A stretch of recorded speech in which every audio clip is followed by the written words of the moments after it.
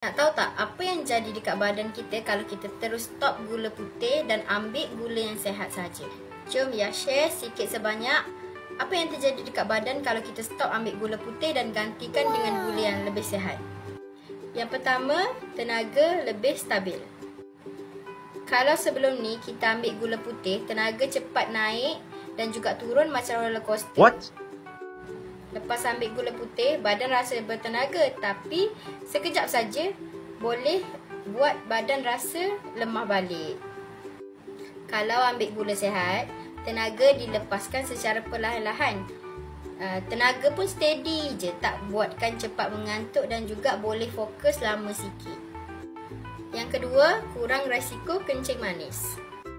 Gula yang sihat tak bagi risiko gula naik mendadak macam gula putih. Jadi ini akan mengurangkan risiko untuk terkena penyakit kencing manis lah. Yang ketiga, boleh kurangkan radang dan juga jerawat. Gula putih ni sebenarnya boleh buatkan badan mudah terkena radang lah. Gula putih juga boleh membuatkan kulit muka mudah breakout. Yang keempat, kebiasaan nak makan manis tu akan berubah. Tak ada lagi rasa craving tu. Sebenarnya gula putih ni boleh buatkan kita mudah untuk craving kepada makanan-makanan yang manis. Yang kelima, badan lebih ringan dan juga fokus.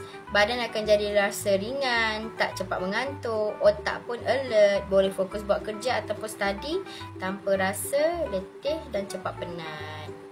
Jadi jom kita start tukar gula putih kepada gula yang lebih sihat. Badan pun happy, kulit pun lagi happy, betul tak? Okey.